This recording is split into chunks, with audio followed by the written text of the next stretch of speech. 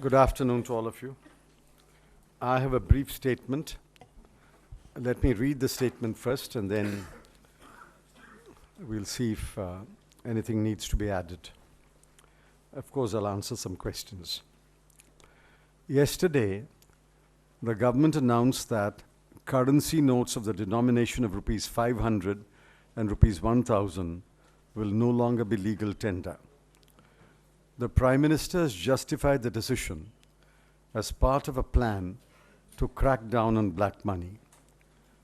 If the purpose of the decision is to unearth and stamp out black money and prevent its generation, it deserves our support. The decision of the government has to be seen in the background of undisputed facts and data. 1. In 1978, the Janata government demonetized high denomination notes. By all accounts, that action failed to achieve its objectives. High denomination notes were reintroduced shortly afterwards, and the volume of unaccounted wealth and income admittedly increased. 2. Rupees 500 and rupees 1000 notes in circulation, by value, account for 86.4% of all the notes in circulation. All those notes will be withdrawn. If a person tenders an old note, it has to be replaced. Government has practically acknowledged that they cannot be replaced by smaller denomination notes, that is rupees 100, 50, 20, 10, 5, 2 and 1. Hence, the decision to introduce a new series of high denomination notes of rupees 500 and rupees 2000 and presumably also rupees 1000.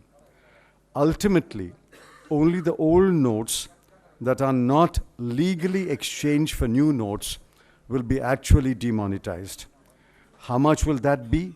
By value is uncertain and unknown.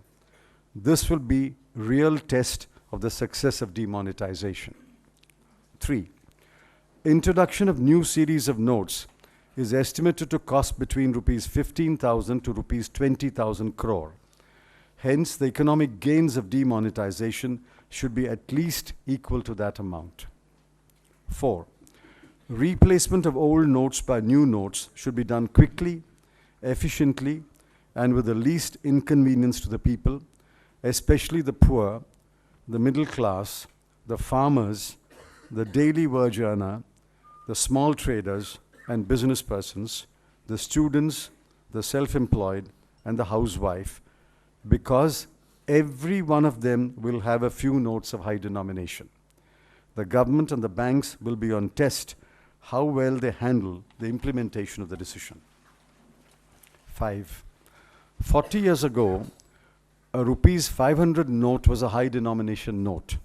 Today, it is doubtful if a rupees 500 note can be regarded as a high denomination note. One has to take into account inflation in the intervening period.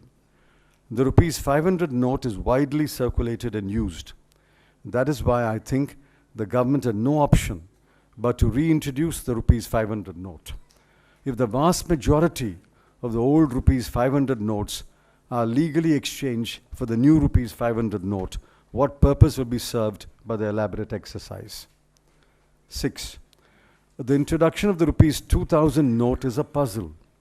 How will this move help in preventing the generation of black money? If new income or wealth is unaccounted, will not that income or wealth be hidden in the rupees 2000 notes?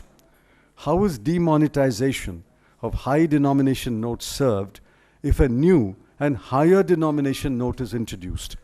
Government must explain this apparent puzzle. 7. The economic wisdom of the government's decision will be tested on 3 parameters. A. The present cash to GDP ratio is 12%. Will it come down to the world average of about 4%? B.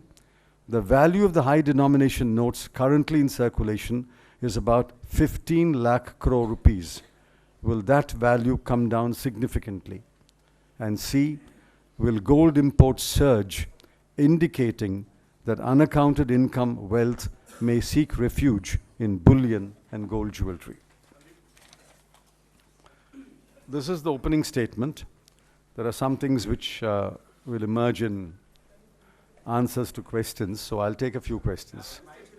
Chidambaram, my point is very simple. You know, many people are calling this a game changer.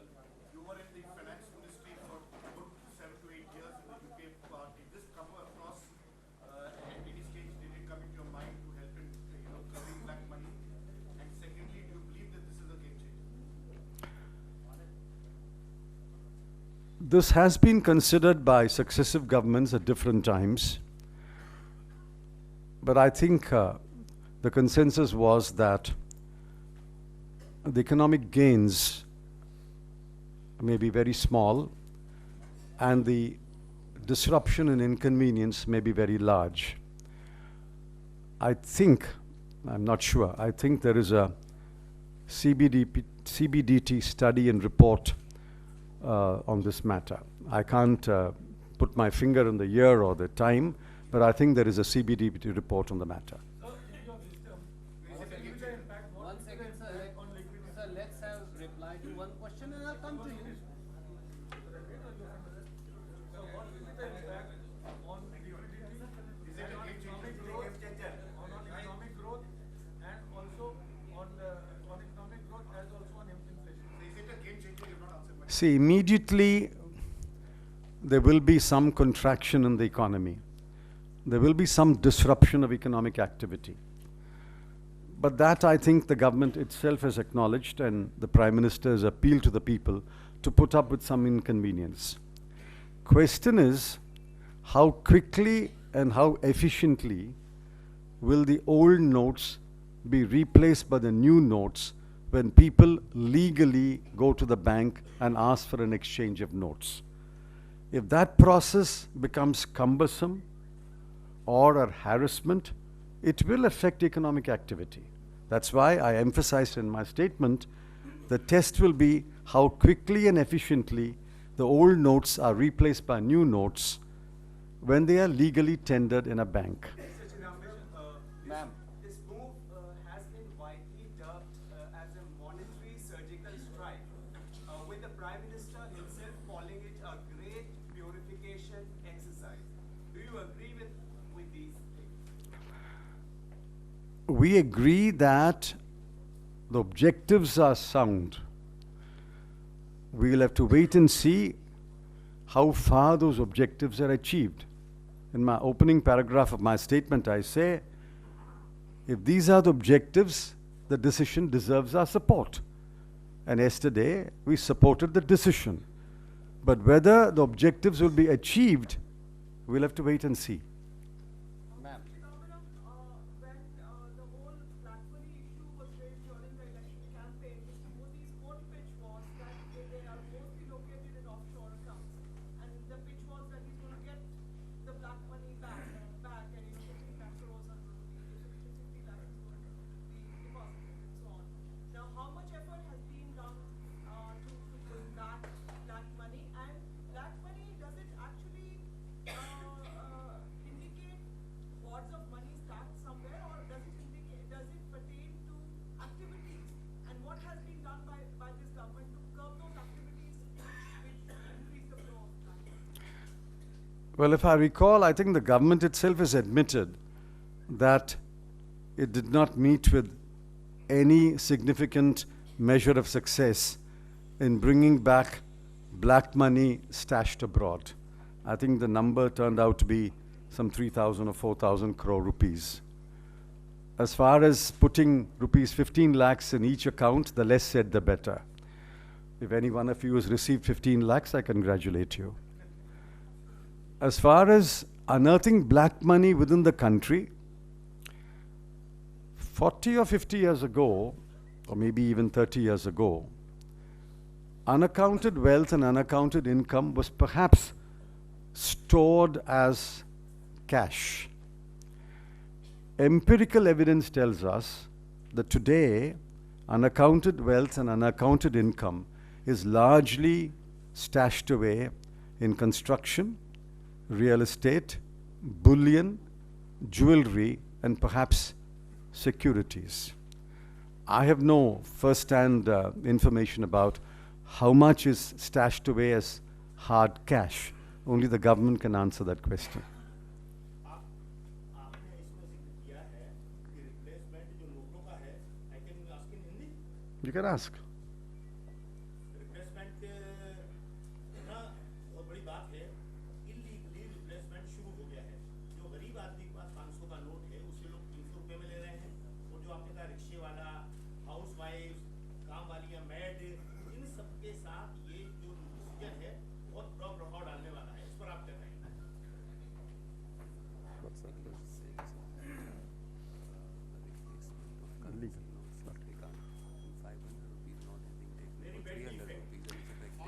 See, I cannot, the Congress party, I cannot support anyone trying to launder black money into white money. I think you're talking about brokers and commission agents who are helping launder money. That I cannot support. We do not support that.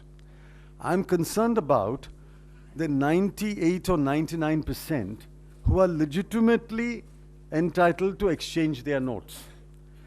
You see, a student who has just received from his parents 2,000 rupees, or a housewife who has been given 5,000 rupees for household expenses, or a daily wager, a carpenter or a plumber who has earned 600 or 700 rupees that day.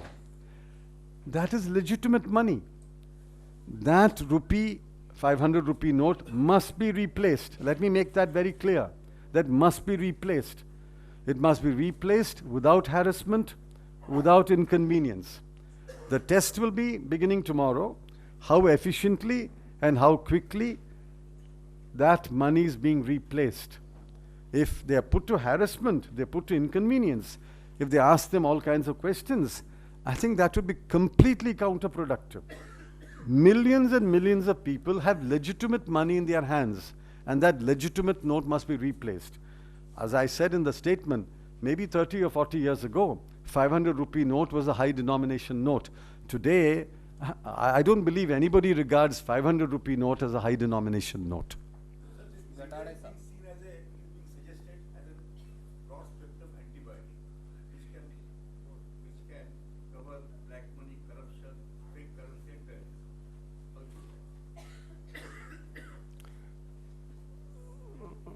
Well, antibiotics are good, but an overdose of antibiotics can be bad. Sir, how do you think this step will be effective in the forthcoming assembly polls? Some of the people are saying it will bring more transparency and cleanness. I don't know. You must ask people who spend large amounts of money in elections. I don't know if people stash cash 3 months ahead of elections. I don't know. I know that people pull out money at the time of elections and spend it for elections. I don't know if people put it in gunny bags or suitcases and store it in a room. I don't know. But it won't affect the political party, sir? I don't know. The Congress party, the Congress party will fight an election according to the rules and regulations, I suppose. And Congress party in any way did not have too much money even in the last election. Chidambaram, the sense is that whenever there's been an economic downturn the world over, the Indian economy has been like relatively stable. That's the sense, and that's because we have a parallel economy running, and that's the black money economy. So you think black money has its uses? No, I don't encourage or support unaccounted income or unaccounted wealth. But there is a non-monetized economy. Now, you can't call that a black economy. That's non-monetized, still legitimate. The entire farm economy is non-monetized but legitimate. Likewise, people below the income threshold, income tax threshold, may be non-monetized, but that is legitimate. The small trader, the small businessman, the daily worker. The money they have may not be formally part of the system of reporting incomes and wealth, but the money they have is not illegitimate money. It's perfectly legitimate. So that economy is quite large in India, and that economy has indeed played a part in keeping the wheels of the economy moving. I don't hold a brief for anyone who's got unaccounted wealth and unaccounted income. Government has claimed that around 6 lakhs crores rupees of this black money will be out of the system within a couple of days. Second, when you said about getting back in Tamil Nadu, you have seen that in the trucks, people were moving money, which was held by Election Commission. You should ask the political parties who own the trucks or hired the trucks. What's the point of asking me? See, the test is there is 15 lakh crore is the estimate of the 500 rupee and the 1,000 rupee notes. Now, if say all 15 lakhs worth of notes are exchanged, then this exercise is an exercise in futility. I hope I'm making myself clear. So the real test is how much of it is being legally exchanged and how much is being actually demonetized and extinguished. That will be known only over the next 30, 40 days when the money comes to the banks for exchange. But believe me, the bulk of this money is legitimate money in the hands of the homemaker, the housewife, the student, the daily worker, the carpenter, the plumber, the small businessman. And when they go to exchange the money, I want to make it very clear, government and the banks owe a duty to them to exchange it quickly and efficiently. If they harass them, then that is wrong. One second. So you have already said that this 2,000 note which is going to be issued is a puzzle, and you have left it to solve this puzzle to the government. But as a journalist, we want to hear your wisdom. What you think of being the 2,000 note currency coming and how this will solve the black money economy? If I know the answer, why will I raise the question? It's a puzzle. Since you are a finance minister in the past for 7-8 years. See, you demonetize 500 and 1,000, you introduce 2,000. It seems to me a puzzle. But let the puzzle be unraveled by the government. If any one of you can find an answer, I'll be very happy to hear your answer. Ravi.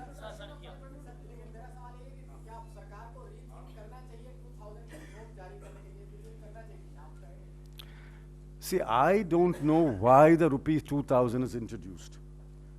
If they give us a good reason, good answer, maybe we will be convinced. At the moment, I have thought about it. I've spoken to a few people. The people I've spoken to are also unable to understand why you demonetize 500 and 1,000 and introduce 2,000. No, 500 to replace the 500. Yesterday only government announced decision to demonetizing high value notes. But the introduction of 2,000 rupee note has been, the information about the introduction of 2,000 has been circulated in the social networking sites for the past few weeks. Do you think this is the indirect gesture of those who are keeping all black money and into them?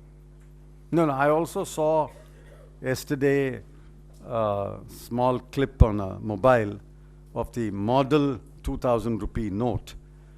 It's possible that the government has ordered printing of the 2,000 rupee note a few weeks ago, and it's quite possible that one note found its way into the mobile. If government was introducing a 2,000 rupee note by itself, that would be a different matter. What I don't understand is you demonetize 500 and 1,000 and introduce 2,000. That, with great respect, it may be my own inadequacy. I'm not able to understand. Sir, one question here. We are told that the RBI is going to issue forms and you have to fill up those forms in detail before the money can be exchanged, you know, when you go to the bank and otherwise. And the second thing we are hearing is that that there may be a move to, what's the word, ban, not ban, stop. Lockers, you know, which are, people have lockers where they keep their jewelry and all, that they may put a stop to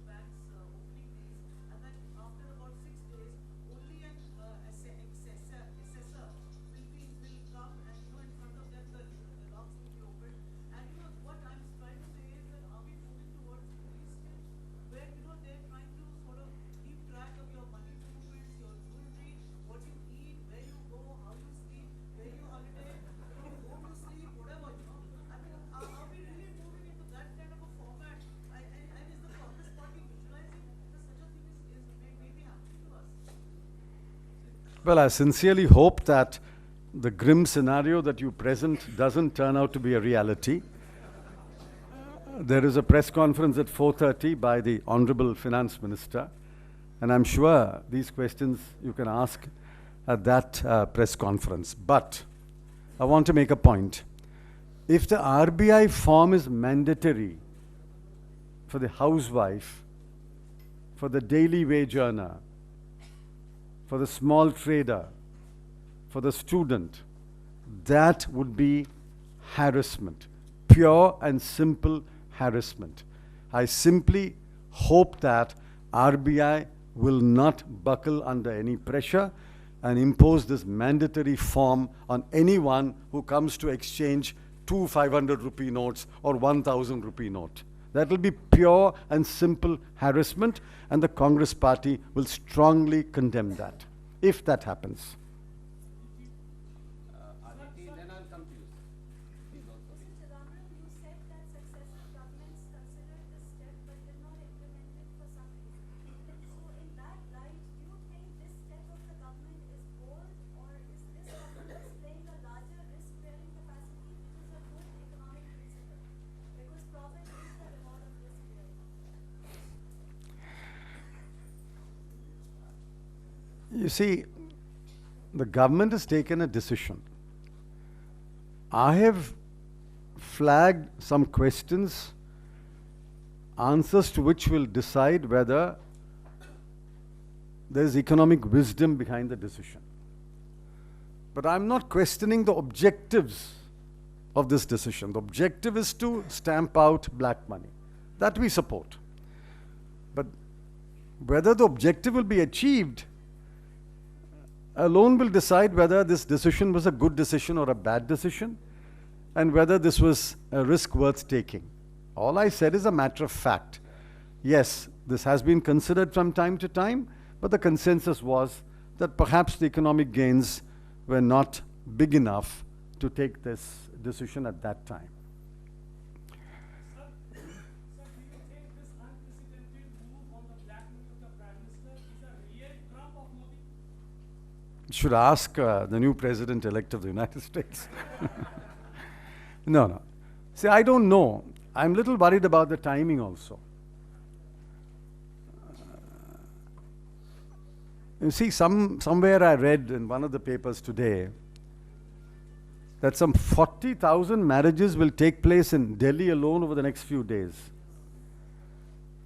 And this month between November 15 and December 15 is expected to witness some, I don't know, 1 million, 5 million marriages all over the country.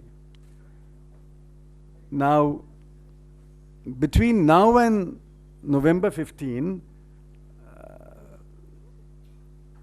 people will go and exchange their notes. People will ask for withdrawal of money. How is the government going to handle it? I don't know. That's why I took the trouble of meeting you today to point out that, given that we are on November 9, and given that banks are closed today and they're opening tomorrow and they're allowing, 4,000 rupees or something to be withdrawn, how are they going to handle the implementation of the decision? They took the decision, so they must implement it. We support the objectives, but in the manner in which you implement it alone, we will decide whether this is a wise decision or not. I don't know. I mean, the next marriage I attend, I will ask them how they handled it. Manoj ji. 13, 14, again banks are closed. Second Saturday, Sunday. Yes. So it's only one day open on 11th. We'll see. That's why the timing is a little surprising. Manoj ji.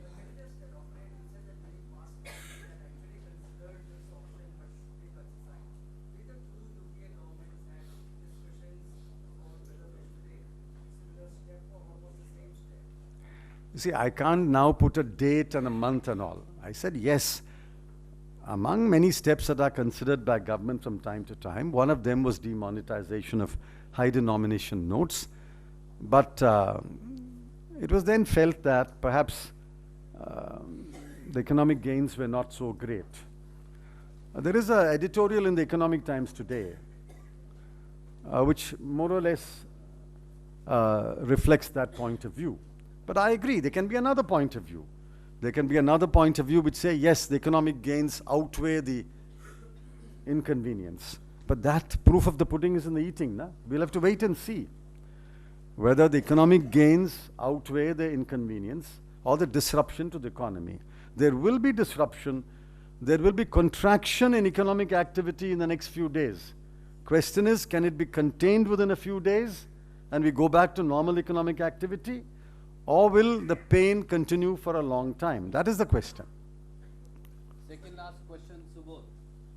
Sir, your statement is more in the form of questions on how it will pan out and how it will be implemented. I know this government does not like asking questions, but why don't you appreciate? I'm perfectly fine with the questions, but the other statements from the parties that have come, including from Rahul Gandhi, is in the form of a very strong attack on the government for inconveniencing a certain group and for the timing. So is the party unsure that you are more in the form of questions? I mean, I may be a little more academic in my questions, that's all. But I've asked, I believe, important questions. And I'm sure that you, your editors, will ask the same questions. And government must answer these questions. If other leaders of the party have expressed their view, I'm sure that is the party's view. But in the discussion, in the deliberation, I'm raising serious questions which deserve to be answered. So you said in your experience, One second. you have expressed apprehension that the government move will lead to surge in gold imports. Now, as unaccounted money may take or seek refuge in bullion or in gold jewelry, but most of this unaccounted wealth or income is stashed in cash, and which may be in the currency note of 500 and 1,000. So how do you think it will surge? I don't know. There is no empirical evidence to show that storage today is in the form of cash. On the contrary, there is empirical evidence to show that most people hide their unaccounted wealth and income in real estate, construction, bullion, gold jewelry, and shares. That's the empirical evidence. But if you know, you have information about people stashing cash in gunny bags and suitcases, I don't have that information. Last question, Dada. Chidambaram, one chief minister has come out with a very strong statement. The decision is taken by Mohammed bin Abdullah. How do you look at Who's that? Mamta Banerjee? Well, I don't use strong language, nor do I use euphoric phrases like someone used here. I remain within the discipline of thought, analysis, and questions. I have raised questions.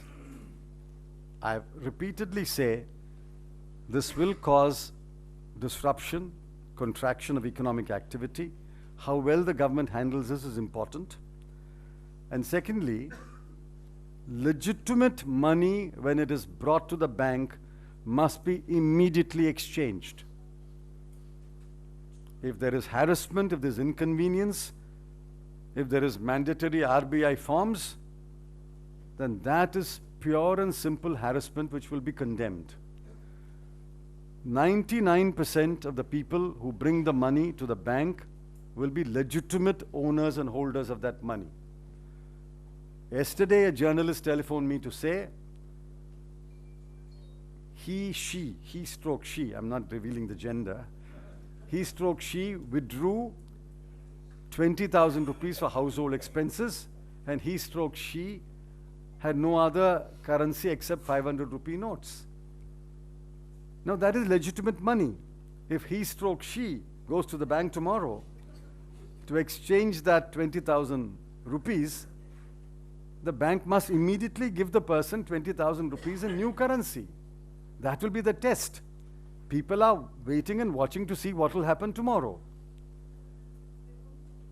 Thank you. Just a clarification before we go on to Mr. Chidambaram. Mr. Chidambaram wants a different view from his party, which is also using the phrases like Mohammed bin Tughlaq and disruption and so on. What I'm trying to ask you is,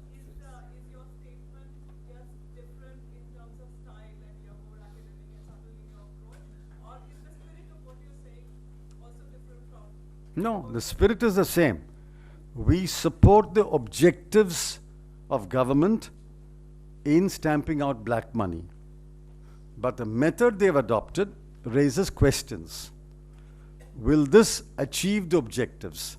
If it achieves the objectives, we are happy. But whether it will achieve the objectives will depend upon how well they handle the implementation. That is the point I'm making. Yes. I just wanted to ask you, do you know whether anybody can bring in any amount of money to a bank in exchange, or is there a limit that the banks are going to put on? I don't know what they're going to do tomorrow. But if I have legitimate money,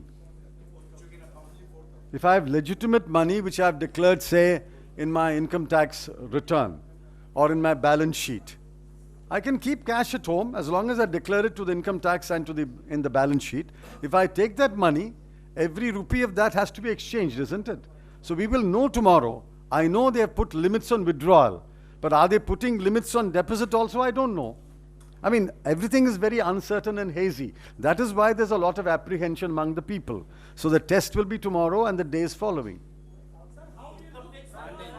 Sir, let's have everybody has not even got a chance to one question. Very important. Last, Sandesh.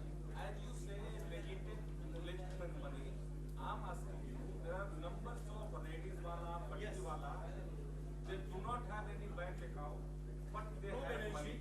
If they are going to bank tomorrow, and if they are being asked to show their source of income, how they will get their money exchanged? That's what I'm saying. Because a man is poor, because a man belongs to the middle class, because a man is a daily worker, that does not mean he has got black money. He has got legitimate money. And the government must accept the fact that he's got legitimate money and exchange that money. So let us see how they treat this category tomorrow. This is the reality of society today. Beg your pardon? There is a complete sense of fear. Those people, among those, they are thinking how they will get their money exchanged because they cannot say their source how they are got. See, I'm repeating it for the nth time. 99% of people who hold 500 rupee note and 1000 rupee note are holding legitimate money. I'm not worried about the 1% who have got illegitimate money. But for the 99%, this decision has come as a complete bolt from the blue. Therefore, tomorrow when they go to the bank, let me see how the government handles it. Let us see how the banks handle it. I'm cautioning the government, you have to handle it quickly, efficiently, and without harassment. If you don't handle it quickly, efficiently, and if you harass the people, the Congress party will indeed condemn you. Let us see what happens tomorrow. But I'm cautioning the government today that 99% of the people who go to the bank tomorrow with 500 and 1000 rupee note are legitimate holders of money. Let's recognize that. Let's not call all the people of this country black money launderers. Ma'am, last question. We've been waiting for some time. See, I think this terrorist financing is exaggerated. Yes, a very small proportion of this money may be used for terrorist activity. But I think that is an exaggerated, as though 15 lakh crore is being used for terrorist activity. That's a complete exaggeration. Ma'am, Counterfeit money, the RBI itself has put out, it's only 0.7% of the notes in circulation. That again is an exaggeration to say that the bulk of this money is counterfeit money.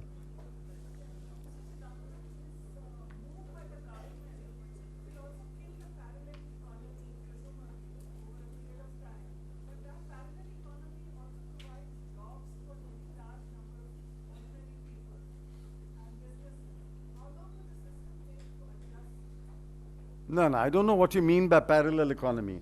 If you mean the economy of people whose incomes are not taxable, if you mean the economy of people who are not part of the monetized system, that is not parallel economy, that is legitimate economy. In 1978, the Janata government introduced demonetization, but within months they reintroduced the high denomination currency, and that was a failure. Therefore, I don't agree with you that that is parallel economy. When you mean parallel economy, if you're meaning unaccounted wealth and income, that's a different matter. But farm economy is non-taxable income. People below the tax threshold, the tax rate threshold, is legitimate income. See, we must understand that in India, there is a large part of the economy which is perfectly legitimate but not brought to tax. Don't characterize that as parallel in the sense that you call it as black money. That is not black money, that's perfectly white money. And I don't want to get into the academics. I ask you to look at a lecture delivered by Dr. Y.V. Reddy 6 or 7 days ago in Hyderabad. Black money is not a stock, it is a flow. And we can go into all that on another occasion. But I don't want 9 out of 10 people who go to the bank tomorrow to be characterized as evil people or illegal people. They are perfectly good citizens of this country, perfectly legitimately holding that money, and their money must be exchanged tomorrow without harassment. That is the point I'm trying to make. If there is harassment, we will condemn the government.